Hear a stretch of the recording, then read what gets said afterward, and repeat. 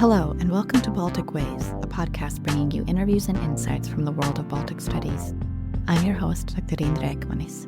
Today, we welcome back Professors Margarita Šešelgytė of Vilnius University, Daun Sauers of University of Latvia, and Andrės Kasekamp of University of Toronto for a roundtable discussion on the first 2 months of Donald Trump's second term and the U.S. administration's impact on the Baltic countries and broader Europe so far. Stay tuned.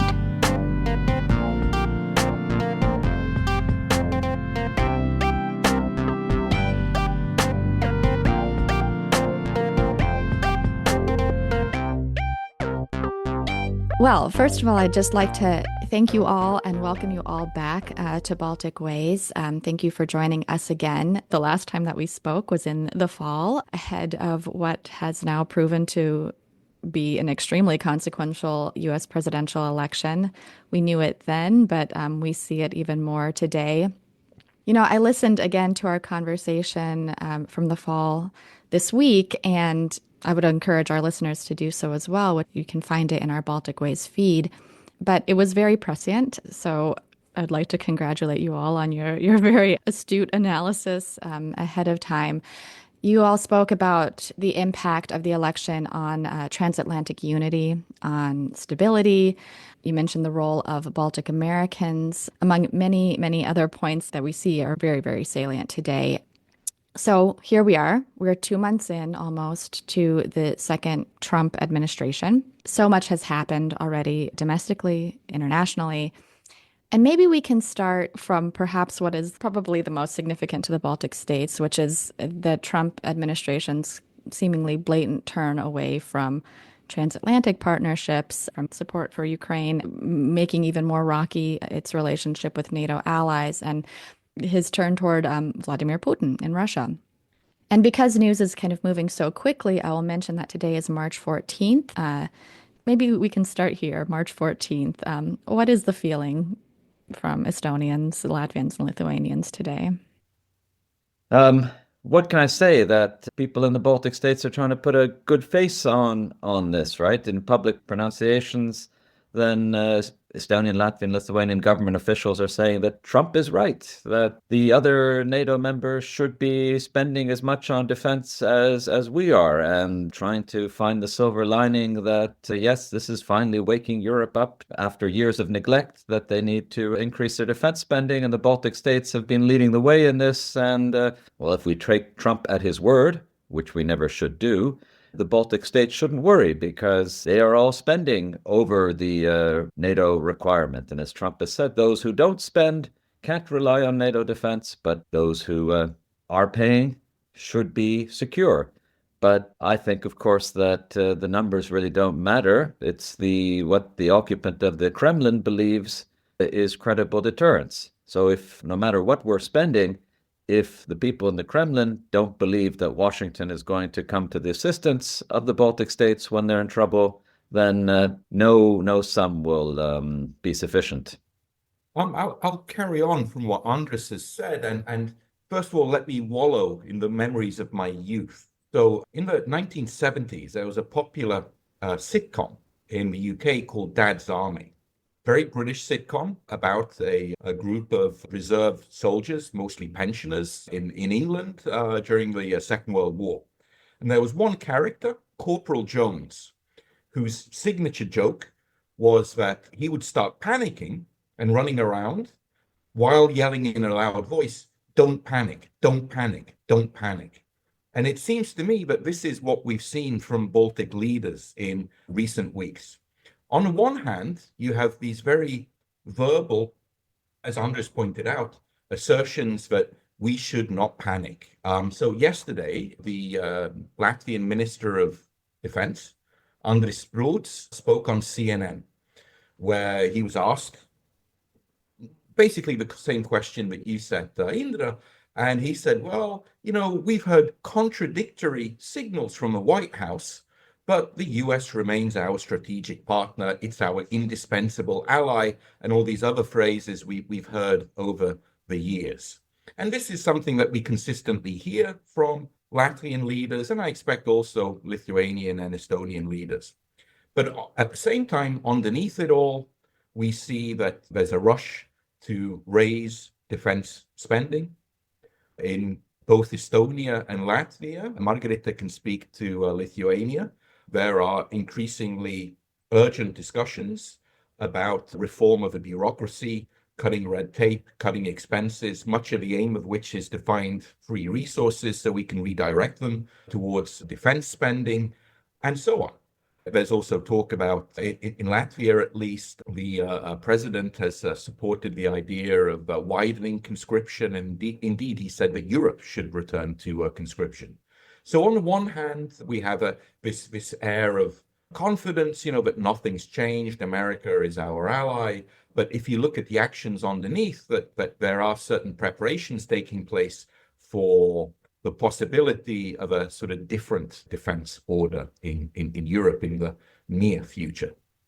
And I'll hand over to Margarita now.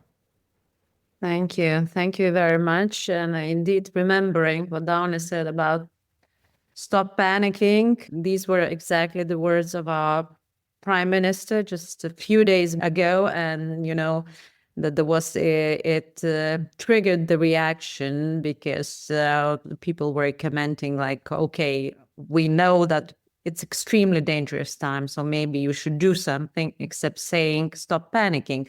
But the messages have been quite confusing, that there is no unison in what Prime Minister, Defense Minister, President, and Minister of Foreign Affairs speak. We hear different messagings in terms of what should we do, but also what's happening in White House. Should we still trust the United States, or should we turn more to the European partners? We have very good relationship with Germany, and the German brigade is getting over to Lithuania, so maybe we should look more to Germany. I think at this point, there is a certain degree of chaos, and it's not surprising because our security was based on the belief of the collective defense guaranteed by NATO and above all by the United States nuclear umbrella, etc., etc. And now we are a bit confused on one hand because we always communicated that our defense is impossible without the presence of the United States in the region. So now this belief sort of being challenged. So it adds to our ontological insecurity of what we believe we are on one hand. And moreover, Trump seems to side to part with our major threat, Putin. And that, again, it's a bit of a sort of a shock therapy, I think, for Lithuanians, but also probably the same for Latvians and Estonians. That we have to reconsider who we are security-wise in this different situation. Of course, politicians are saying what they have to say because we still have to do things to protect ourselves, to invest in national capabilities, and therefore we're raising our defense spending, to continue our partnerships, which matter. This is European Union countries. We just got the message from French about the potential of French nuclear umbrella for Europe. And then our Minister of Defense, again, she replied that we have to look into this. And probably there will be some changes in our constitution in order to host. So we are in the moment of shock and reconsidering the options. There is still some belief that at some point, maybe United States will wake up and, I don't know, suddenly Trump probably reveal his cards, and where in these cards, he's not a villain, but a super strategist, which try to outsmart Putin. There is a considerable part of the society which still believes in this. But I think that there is this growing realization that we are facing the abandonment dilemma, which was described by Snyder some years ago, and the US is not going to be the same as it was before Trump administration started its work. Let me just add that there's something positive on the US side, that the Senators Chuck Grassley and Dick Durbin have just introduced this Baltic Security Initiative Act, and it has 10 co-sponsors. I note that of the co-sponsors, only one of them is Republican, which perhaps isn't a good sign for this going forward. But basically, they want to codify American security assistance to the Baltic states going forward. The security assistance that has already been ongoing, but they want to basically make it more or less permanent. So there are still some in the US Senate and Congress who are longtime supporters of the Baltic states who are still making their voices heard. However, of course, as we've seen, basically the entire Republican Party have turned into Trump loyalists and will parrot whatever he happens to say about Putin or Ukraine. So in that sense, it doesn't look very hopeful at the moment. There are two kind of directions that I'd like to take the conversation. One is, to talk a little bit more about the fine line that Margarita, you're alluding to, walking between the United States and turning more toward Europe, how to maintain a strong relationship where possible with the United States while also exploring other guaranteeing security. But I also am interested, Andres, since you mentioned the lightly bipartisan efforts in Congress, that last time that we spoke, Daunis, you talked a little bit about the Baltic American perspective and influence, the role of the Joint Baltic American Action Committee, the role of American Latvian Association, Lithuanian and Estonian associations in the United States. Something that I have been kind of keeping a little bit of an eye on, and very anecdotally, is just looking at these online forums where people are speaking about politics. And I was really interested to see just how very polarized the Baltic communities are when it comes to the Trump question, like the rest of American society, perhaps. And that was really interesting to me, particularly because the Baltic states' security and future is so tied up with the way that the U.S. takes their relationship with NATO and with Russia. And I wonder if any of you had any thoughts on that. Well, yeah, I mean, I think that there's a certain intellectual challenge to many of the Balts living in America, American citizens, who are pro-Republican. And these aren't just people from the older generation, because there is a long history of American Latvians being supporters of Republicans, because the Republicans traditionally have been seen as having this kind of like, anti-communist, anti-Soviet line, and then just carried over into the 1990s and into the 21st century. But there are also enough younger generation people who are Republican voters. And they're, of course, faced by this sort of intellectual challenge now that on the one hand, they have voted for Trump for domestic reasons. Either believing in his economic policies or his America First nativist migration policies, whatever the reasons. But really, the dynamic for voting for Trump was for American reasons. And now you have to sort of develop a discourse, a kind of intellectual argument that says, despite all the evidence, despite everything that's been said, despite all the actions that have been taken that have effectively weakened Ukraine in its war with Russia, and which then effectively weakens also Baltic security, despite all the evidence of this, actually, Trump is really good for the Baltic states, right? And then you go into this rhetoric, some of which Andres covered for the Baltic leaders, where we talk about, well, yeah, he's right. We do need to spend more on our own defense. Yes, we do need to be more independent. Yes, we do need to become more competitive economically so we can pay for these new military investments that we need to make. But ultimately, you're doing intellectual gymnastics here, because you realize that this doesn't quite ring true. And then you have, as you pointed out, these very polarizing discussions. I don't engage in them, but I've seen them among my friends in Facebook. And I'm sure the same is true also with the Estonian and Lithuanian communities. Well, sitting here in Canada, where we have lots of Estonians, Latvians, and Lithuanians as well, who have some of the same, are involved in some of the same, let's say, discussions. I think Daunis analyzed the situation very circumspectly and very politely. But the basic line, I think, is that Baltic Americans have failed Estonia, Latvia, and Lithuania, which is kind of natural because they're American citizens voting primarily for American issues. So Baltic Americans are mostly Republicans, and they're probably mostly anti-immigrant, or at least think immigration is out of control. Therefore, lower taxes, and they get caught up in the culture war stuff, and they don't like wokeness, and they have a tradition of voting for Republicans. So they just didn't give any thought to the countries from where they originated and their fate under the Trump administration, which has been very consistent and very transparent in its admiration for Trump. For Putin. One and the same. Say Trump, say you get Putin, right?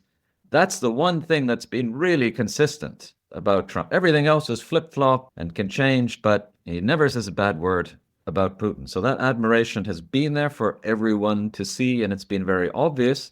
And it's just like Downey said, people have been sort of rationalizing and buying into, say, Trump's machismo, right? That he's a strong man. And because he's strong, and they buy into the rhetoric that, sure, Putin will respect Trump because he's strong. Biden was weak, but Trump, he's strong. Thus, Putin will respect him, which, of course, they're just being played, as is Trump, of course, by Putin.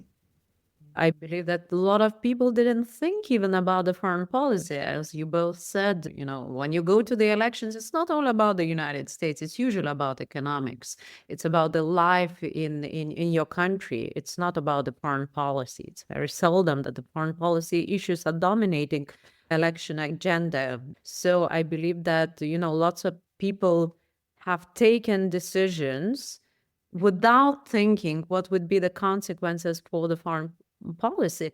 No one would have imagined the conversation between two presidents in Oval Office. The presidential conversation you're talking about, Donald Trump and Volodymyr Zelensky, the president of Ukraine, and that now infamous Oval Office meeting.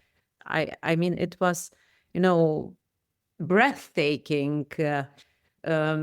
So I think that at the moment, not only the Baltic countries as such are rethinking who we are and what we do, but there is a lot of thinking in the United States as well. And if you look at the support for Donald Trump and how many people think that he's doing a good job, so the support has been dropping. Now 53% of the US citizens think that he's not doing his job properly. And, you elect a person for one agenda, but he makes a lot of moves and you disagree with some of those moves. For the Baltic countries and for the US Baltic citizens, I think that issue of Ukraine could be the issue that they could turn away from Trump, because it also adds to instability of the region. It compromises the security of Baltic states, but also it's about the cynical choice to sort of put in the position of the guilty part a country which was fighting for several years against the aggressor who has occupied their country without any reason.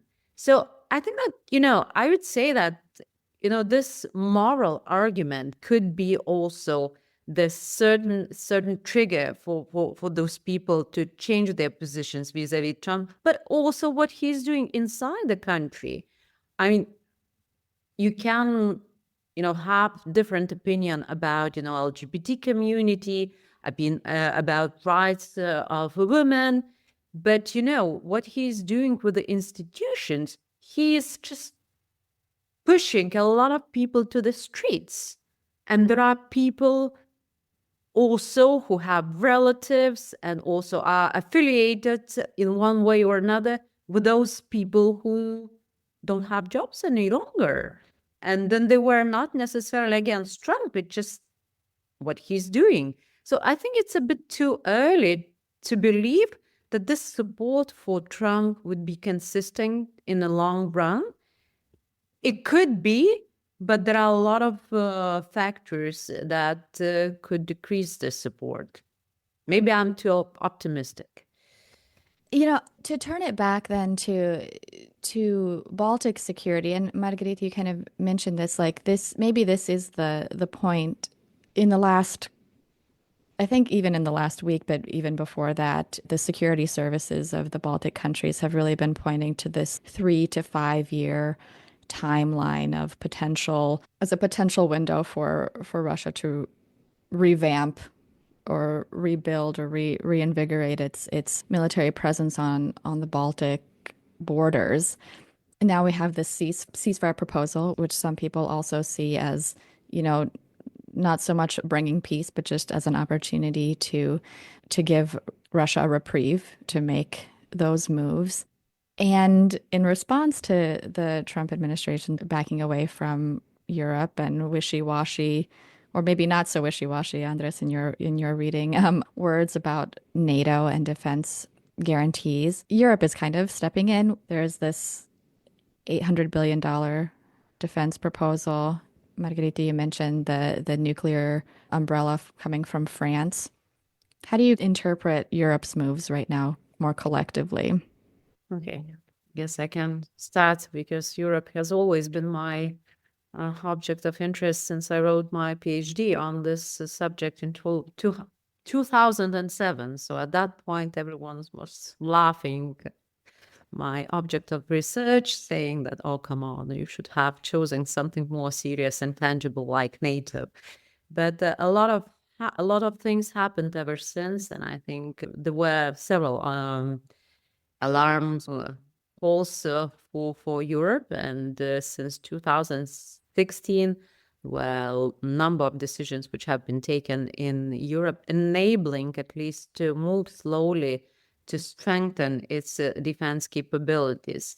But are we facing today a real Zeitenwende of the European Union? Is it becoming defense union?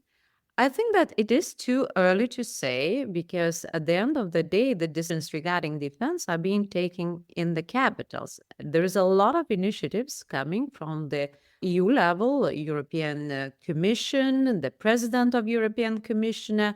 There's a particular European Commissioner responsible for defense and space, and it happens that this commissioner is Lithuanian, and it's very good at the given moment. So there is a lot of political will on the European side, and there is a lot of political will to push this process forward in some of the capitals.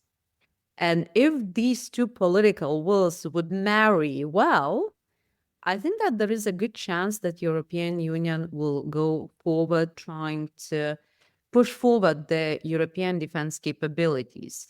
And it's not only European Union, because what I see now, it's France, it's probably German after new government comes into power. I'm hearing very good signals from Germany, also this plan to initiate 500 billion fund for infrastructure, but also defense. And also UK, although UK is not a member of the European Union, but I think if we're talking the future European security architecture, these will be three leaders of this process together with the European Union and probably also Poland. If those countries will make the push forward together with the European Union, I think that the other countries would follow. So that is very important. Another important issue is, are the societies of those countries, of the overall European countries, ready to have European Defense Union or European Union or Europe as a strong defense organization?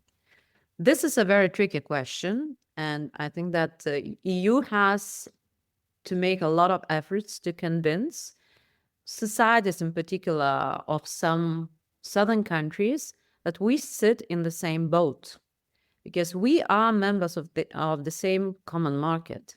If there is a serious security challenge in one of the countries, the common market works in that way that it starts to crumble in other countries.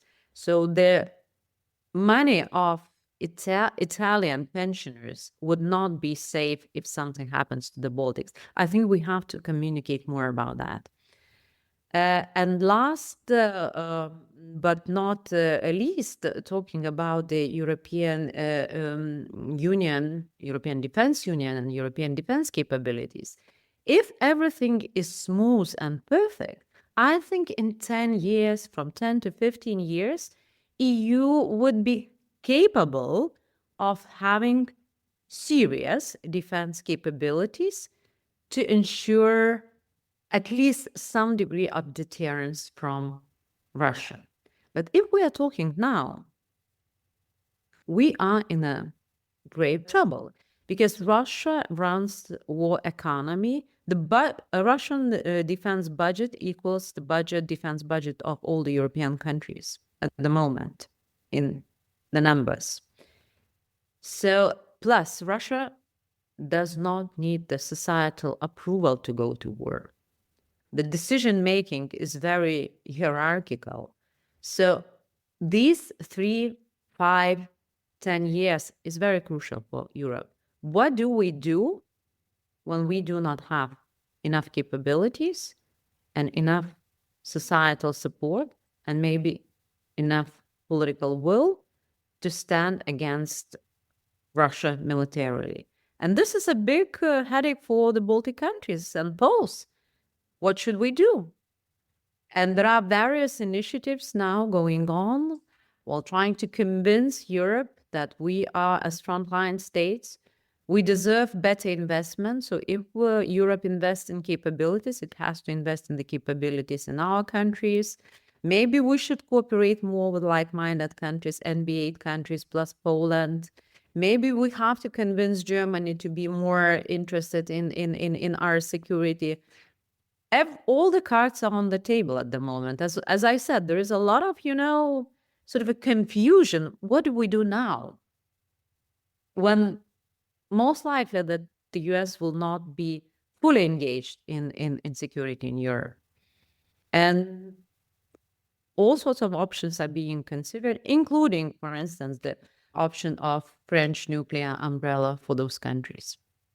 I'll just respond to a few things which Margarita said. I mean, I agree with her that this is a 10-year perspective that we're talking about. British military commanders just last week said that it will take us 10 years to return to any sort of reasonable state for our armed forces because they've been so underfunded, underinvested, essentially since the 1990s.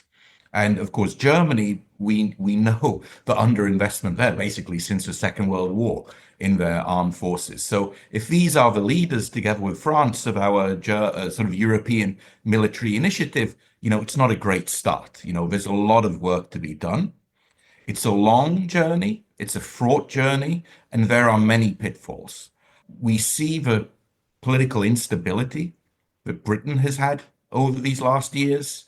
What is it, 5 prime ministers in the last 5 years or something like that?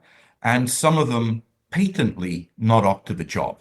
At least 2 of them patently not up to the job, not the sort of people who were serious political figures who would have been really prime ministers at any point in the 20th century. You cannot beat Trump. Yeah, exactly. So this is Europe has a long way to go to build up the kind of defense capability which America provides, essentially, as for the Baltic states and for the other NATO members. And there are, as I said, many pitfalls along the way. And I'm thinking elections and changes of government, which could fundamentally change the European attitude to this. But if I want to sort of look on the bright side, I think that if we look at this new bloc which is emerging, so traditionally, the Baltic states have cooperated with the Nordic states in the European Union in the NB6 format. But ever since the beginning of the war, just over 3 years ago in Ukraine, we see that the Baltic states have edged ever closer to Poland and other countries in the sort of Visegrad territories, not Hungary, obviously, but others.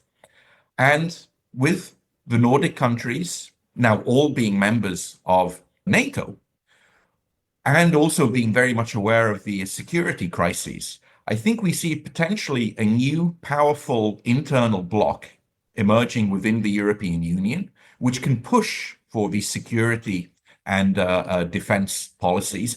And importantly, the Nordic states are, of course, big payers into the European budget. Because over the recent, or rather, I should say, the previous two budget negotiations after the financial crisis, and again around 2018, 1920, the Nordic states were the ones pushing for a smaller European budget, to cut spending, to be more efficient, this sort of thing.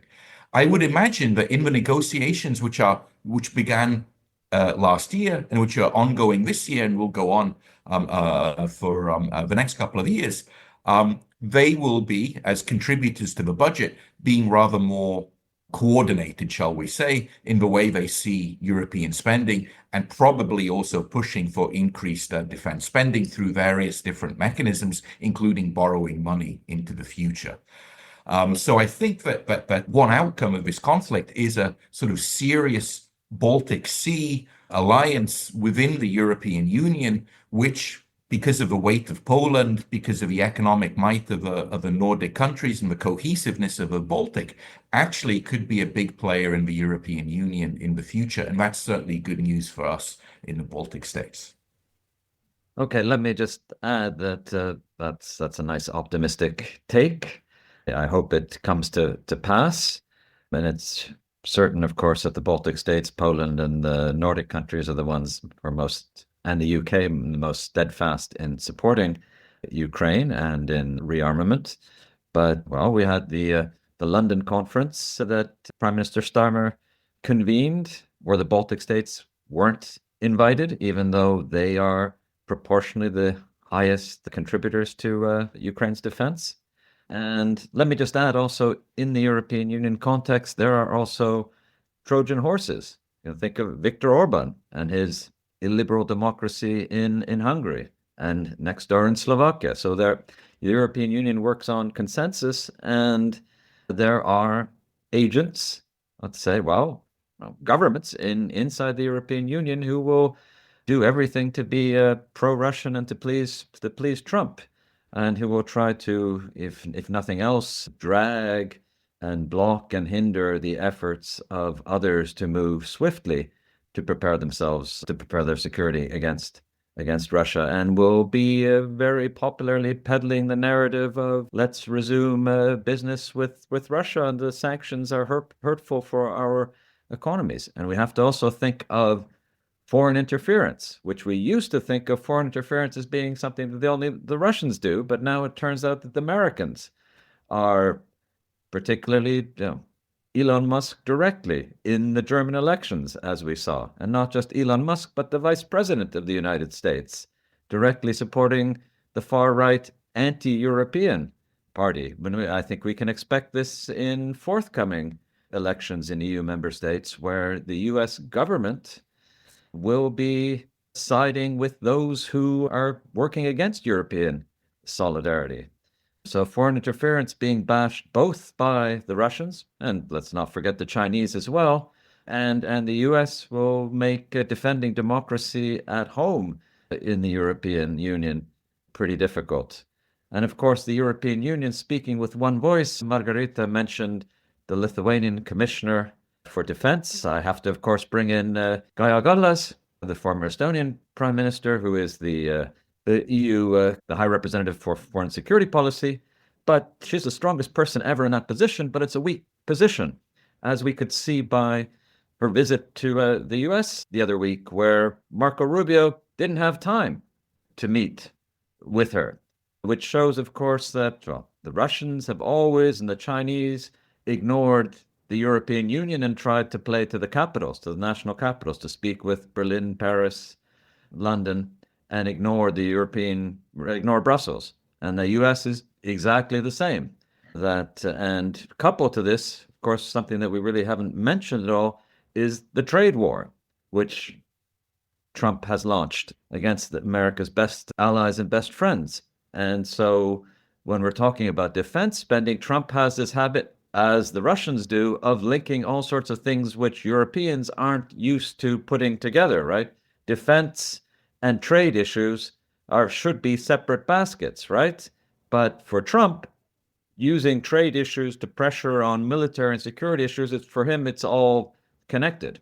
And it's all a way to pressure the Europeans, who he, of course, feels have been ripping off the Americans somehow.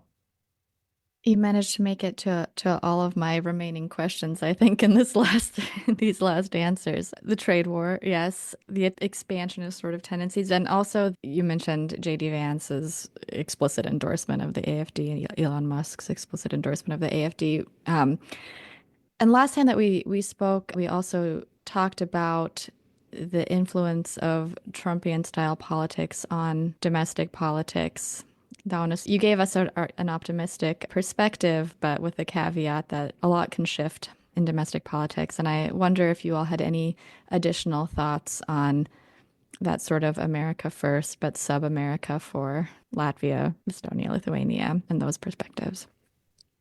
Well, there is a political party in Latvia called Latvia in First Place, but usually translated just as Latvia First. And its leader, Ainars Šlesers, has unapologetically positioned itself as an ally of Trump. Whatever Trump says is right. And so, for instance, when we had this feud, this argument in the Oval Office between President Zelensky and President Trump, then afterwards the talking points for the party were taken very much from Trump, that President Zelensky had disrespected the Oval Office by failing to wear a sharp two-button suit, that he wasn't grateful enough to the Americans, and so on. And all this went off in the social media.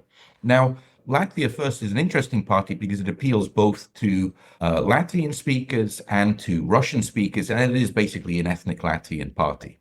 But the Stability Party, which is very much a pro-Kremlin party whose voters are overwhelmingly pro-Russian, have also, of course, taken these exact talking points.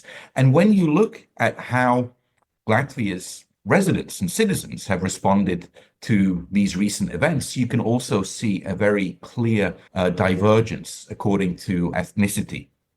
So in a poll taken last week, the poll found that more than half of all ethnic Latvians in Latvia had a more negative opinion of Trump after the recent events in the White House and policies enacted throughout February and so on. However, amongst Russian speakers, there was generally a great deal of support for what President Trump had done.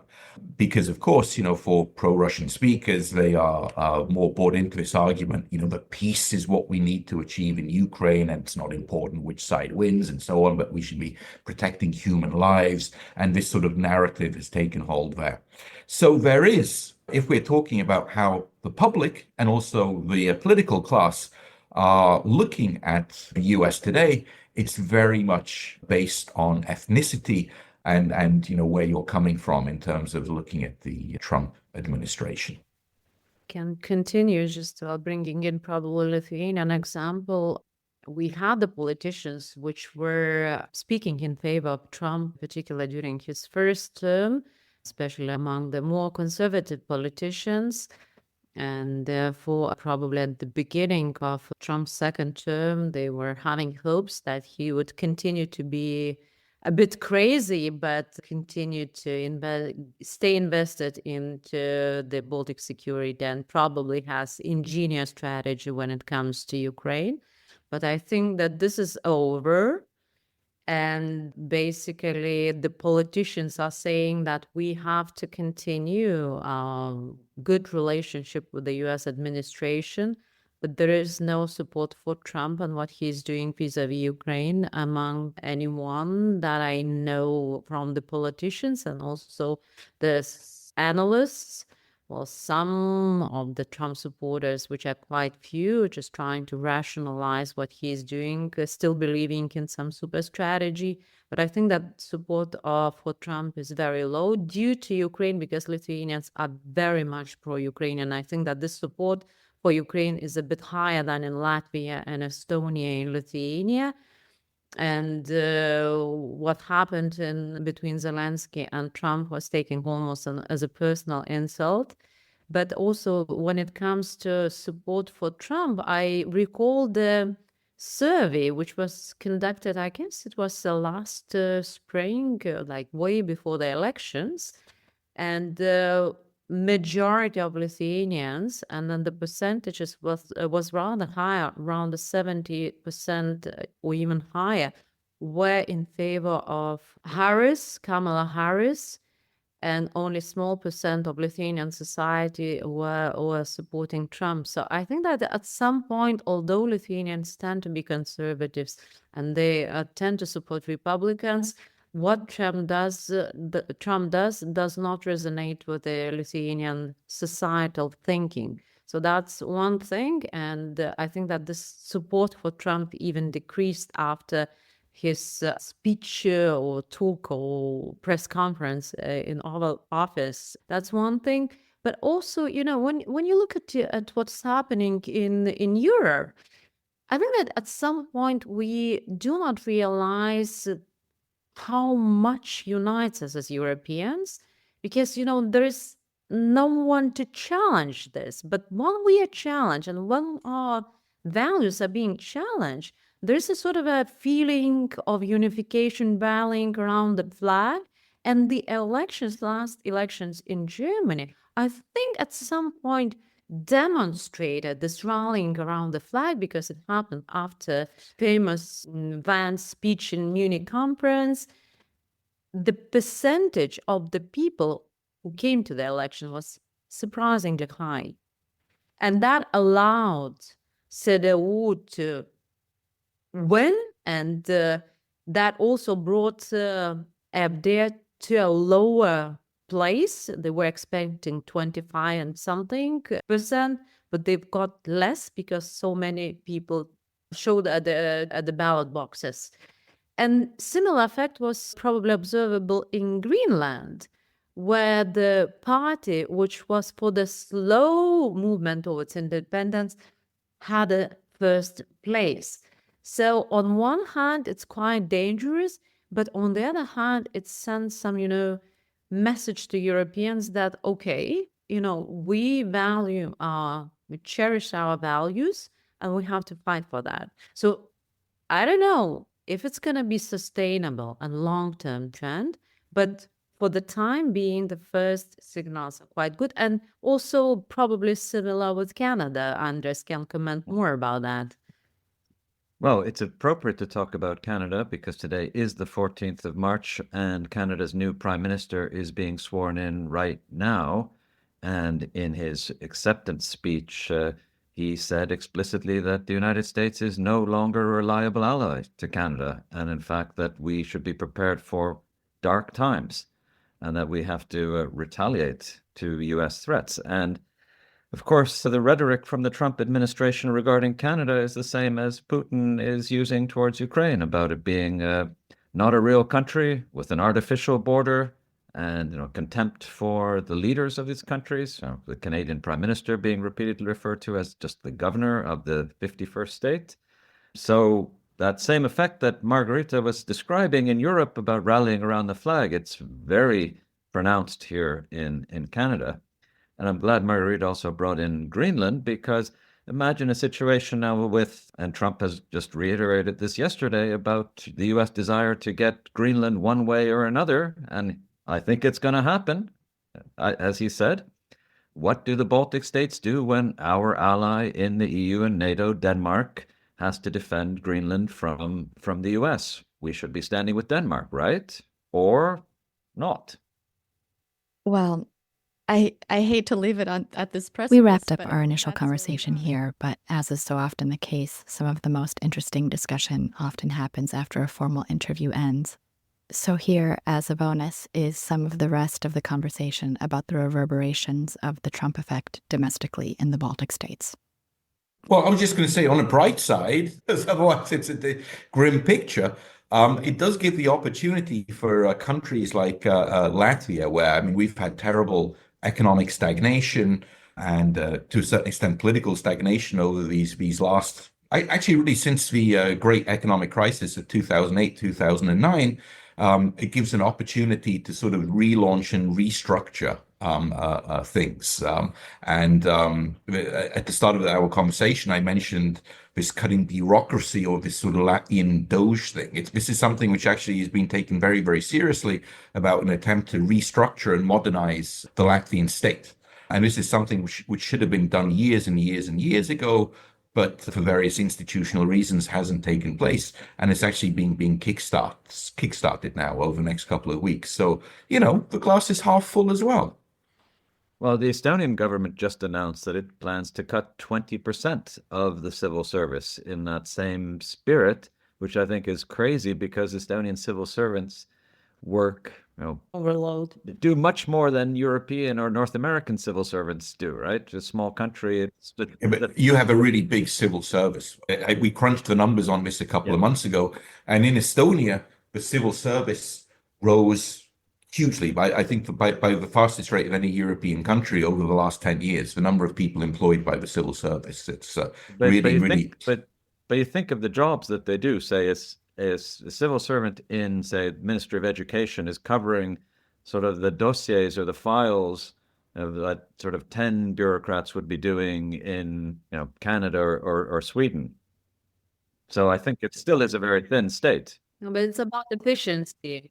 I think efficiency is always good. So it's always good to have a revision, inventorization of what you have. So because I don't think it's because of the, mimicking Dodge, but it's because we'll need money for defense. And we'll have to cut on all the issues because, we need some 12 billion additional euros for now. So the target for our Doge in Latvia is 25%, Andres. But it's not necessarily civil servants. The mandate is to cut bureaucracy by 25%.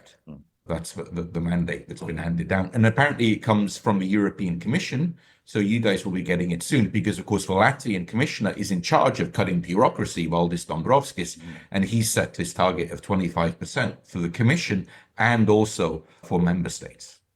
Okay, well, Dombrovskis has experience with that from the financial crisis. Exactly. He has written a book on that. He has. Can start studying. But yeah, it was great meeting with you. So we'll need to reconvene at some point and continue our conversation. I think, yes, we will have to meet again. I want to thank you all again for your time, for taking some moments out of your day to help us unpack a whirlwind 2 months from the perspective of the Baltic states and what I assume will be a continuing whirlwind going forward. Thank you for your analysis and for sharing your thoughts. Thank you. Thank you, Indra. Okay, thank you, Indra. Bye. Bye.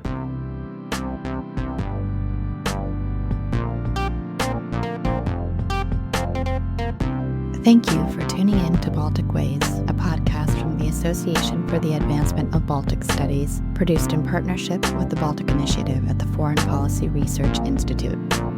And note that the views and opinions expressed in this podcast are those of the authors and do not necessarily reflect the policy or position of AABS or FPRI. Subscribe to our newsletters at aabs-balticstudies.org or fpri.org/Baltic-initiative for more from the world of Baltic studies. Thanks for listening, and see you next time.